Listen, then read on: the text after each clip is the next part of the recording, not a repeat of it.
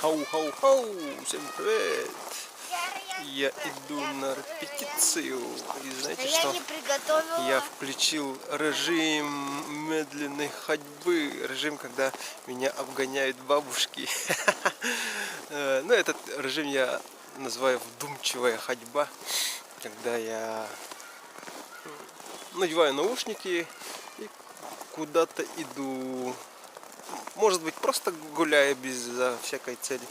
А иногда бывает то, что пораньше выхожу, гораздо раньше, минут на 20-30 раньше, чтобы добраться до места, куда я иду, в частности, очень неспешно. И посвящаю вот эту дорогу именно размышлениям, чувствованию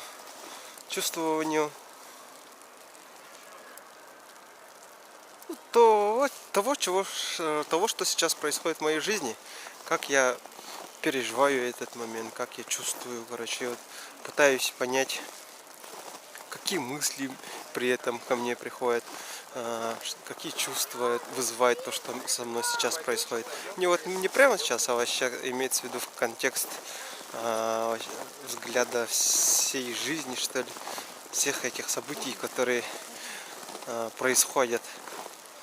В какой-нибудь момент жизни, да. Сейчас со мной происходит такая глубокая трансформация, возможно. Но да, если учитывать то, что я несколько лет, 2 года, что ли, ходил, и не знаю, какое-то состояние было депрессивное, ничего не хотел.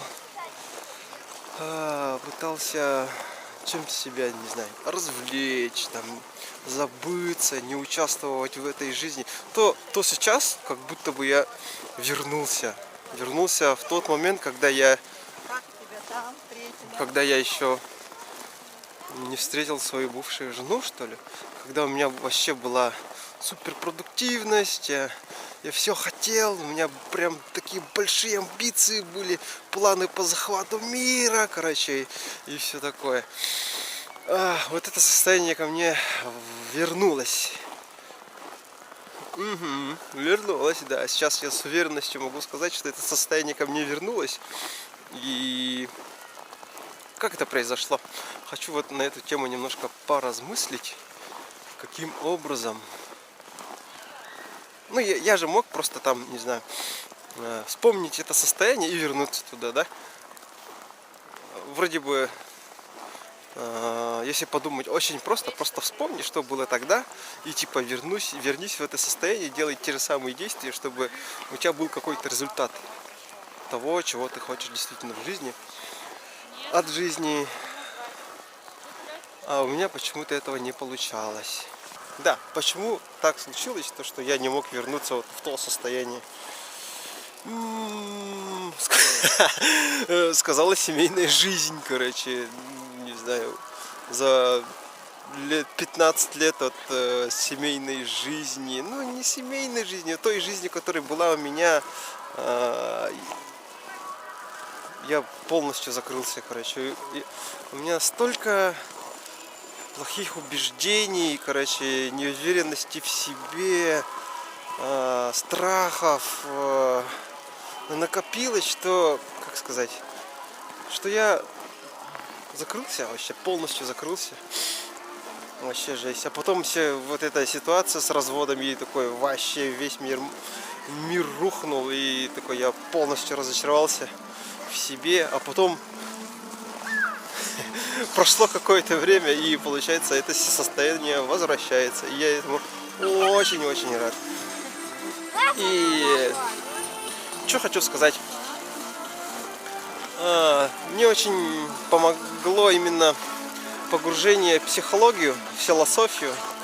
Я погружался, конечно же, самостоятельно. Большую часть работы я делал сам, но обращался к разным специалистам, к людям, к группам, к сообществам для того, чтобы ускорить этот процесс. Итогом стало то, что я ответил для себя на очень многие вопросы, в частности о Боге, Вот этот вопрос меня прям с детства мучил, прям не давал покоя. Не то чтобы прям теребило, да, но конкретно просто, не знаю, мой мир строился на неполном понимании, что такое Бог, вообще какое-то, не знаю, мировоззрение было, которое стоит на каком-то хрупком фундаменте, что ли, типа такого. Вот, если вы понимаете, о чем я.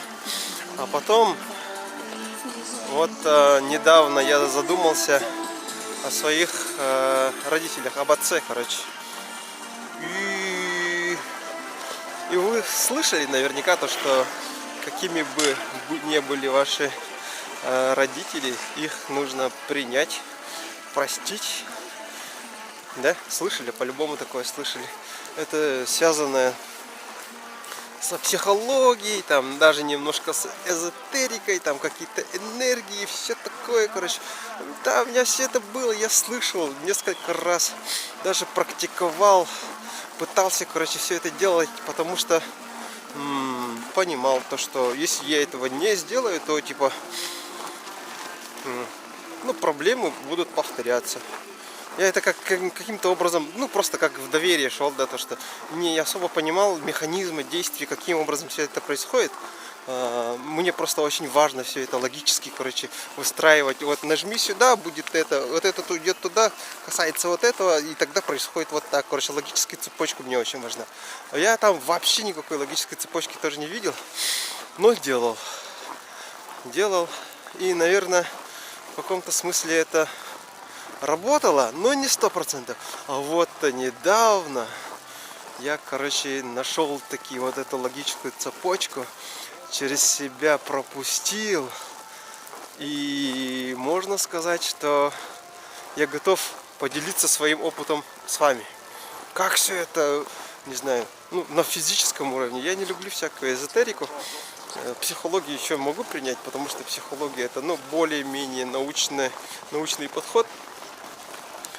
А с точки зрения логики, как все это работает, например, вот если у тебя были какие-то сложные отношения с отцом, если ты не простишь, то у тебя будет все плохо. А как это логически понять?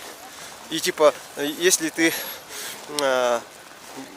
не будешь принимать родителей, то типа, как все это работает?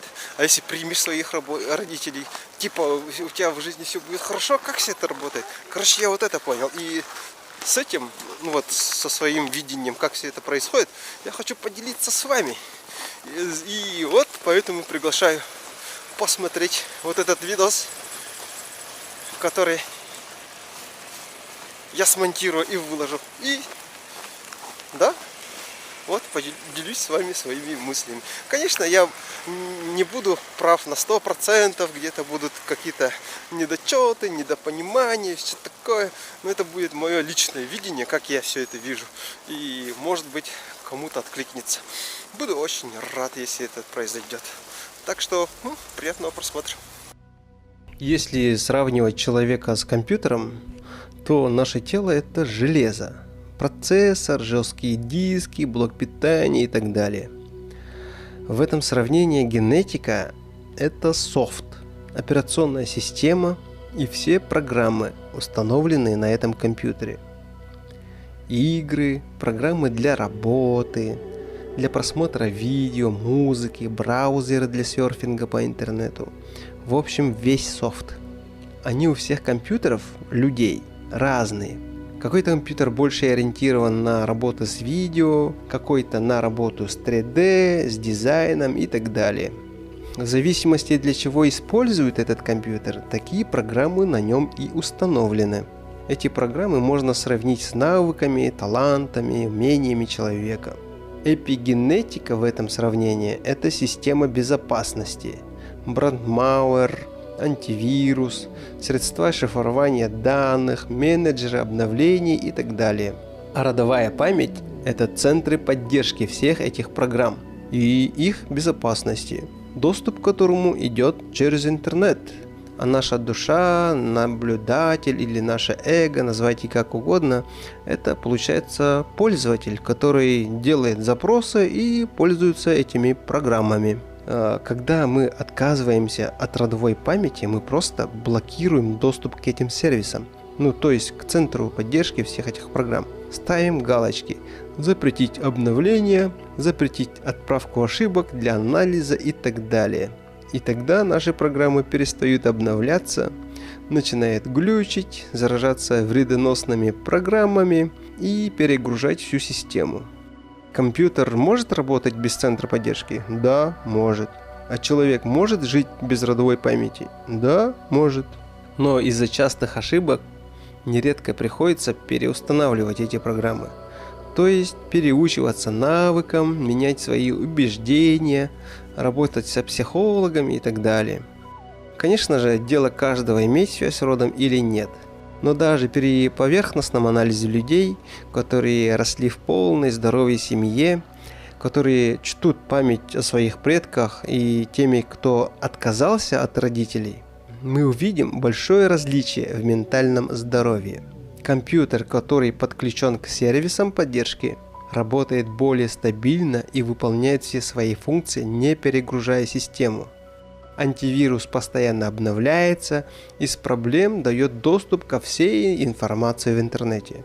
Если же мы перестаем обновляться, комп начинает зависать. А для человека это означает хандра, депрессия. Компьютер устанавливает какие-то непонятные сервисы.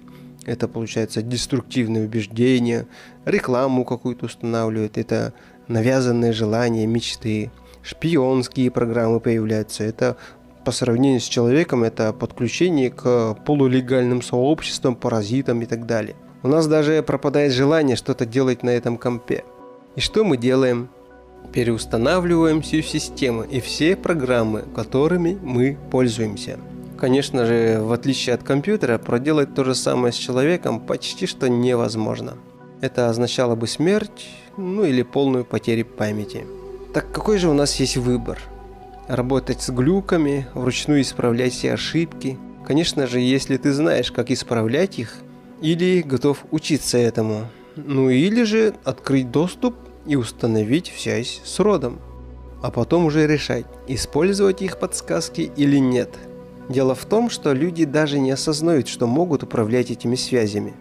Кто-то из родителей обидел? Все. Закрыть доступ ко всем сервисам я могу сам. Вот и получается, что они повторяют те же ошибки, что были у родителей и всех предков, повторяя их судьбу.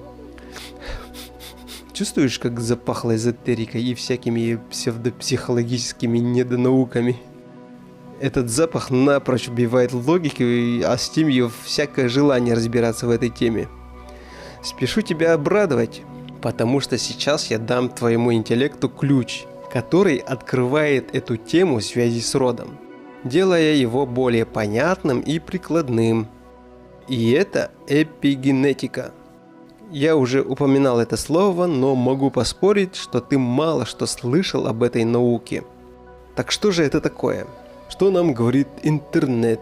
Эпигенетика – это наука, изучающая изменения в работе генов, которые не меняют саму структуру ДНК.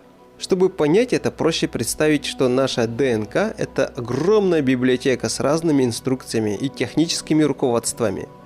Сами книги, то есть текст на бумаге, остаются неизменными на протяжении всей жизни. Однако эпигенетика определяет, какие именно книги будут открыты и прочитаны в данный момент, а какие убраны в склад или пропущены. Организм использует химические метки, чтобы включать или выключать определенные гены.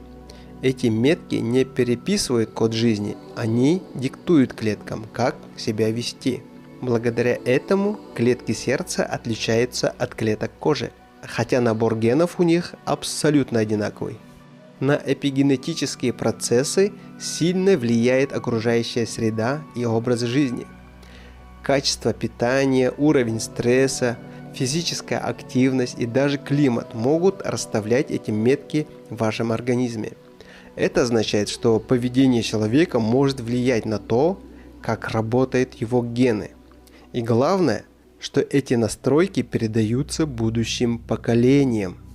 Но в отличие от генетических мутаций, эпигенетические изменения часто обратимы. Если изменить образ жизни на более здоровый, организм может перенастроить работы некоторых генов в лучшую сторону. Исследования показывают, что уровень тревожности и стрессоустойчивости может передаваться через эпигенетические метки. Если родители находились в состоянии сильного стресса, у потомства могут быть заранее включены гены, отвечающие за повышенную бдительность и страх. Это не сам характер, а скорее биологическая настройка чувствительности к миру. Передаются не сами привычки, например, любовь к конкретному хобби, а предрасположенность к определенным типам поведения, например, особенности обмена веществ или склонность к быстрому возникновению зависимости могут быть обусловлены тем, какие гены были активны у родителей. Эпигенетик объясняет, почему забота в раннем детстве так важна. Заботливое отношение буквально программирует гены ребенка так, чтобы его нервная система работала спокойнее. Это меняет темперамент, делая человека менее вспыльчивым на физиологическом уровне. Существуют данные, что эпигенетические механизмы участвуют в процессах долговременной памяти. Опыт, полученный предками, может выражаться в виде интуитивных предрасположенностей или специфических реакций на определенные раздражители. Главное отличие в том, что эпигенетический характер не является окончательным приговором. Если генетический код, например, цвет глаз, изменить почти что невозможно, то эпигенетические метки могут меняться в течение жизни самого человека под влиянием его собственных привычек, психотерапии или смены окружения. Когда человек переживает затяжной конфликт и разрыв эмоциональных связей, его организм функционирует в режиме выживания, что перестраивает работу биологических систем.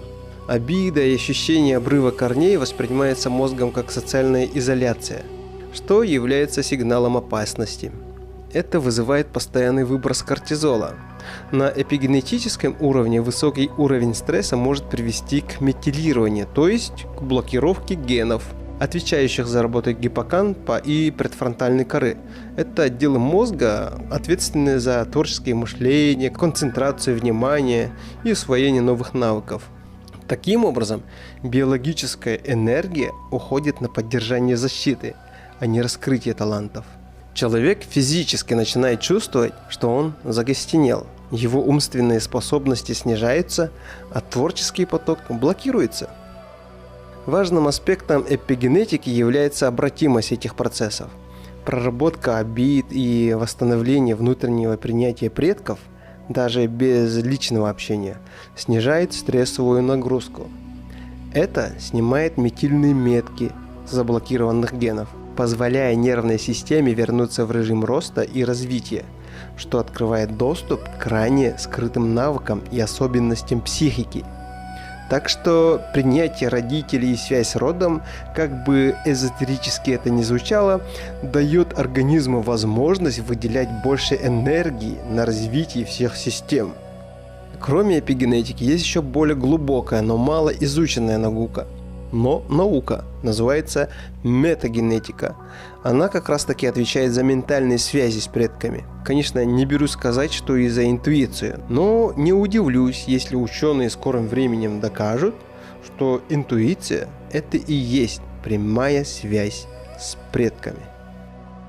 Если вы заинтересовались этой темой и хотите на себе проверить, как это работает, переходите по ссылке в описании, подпишитесь на канал и получите мою медитацию «Принятие рода».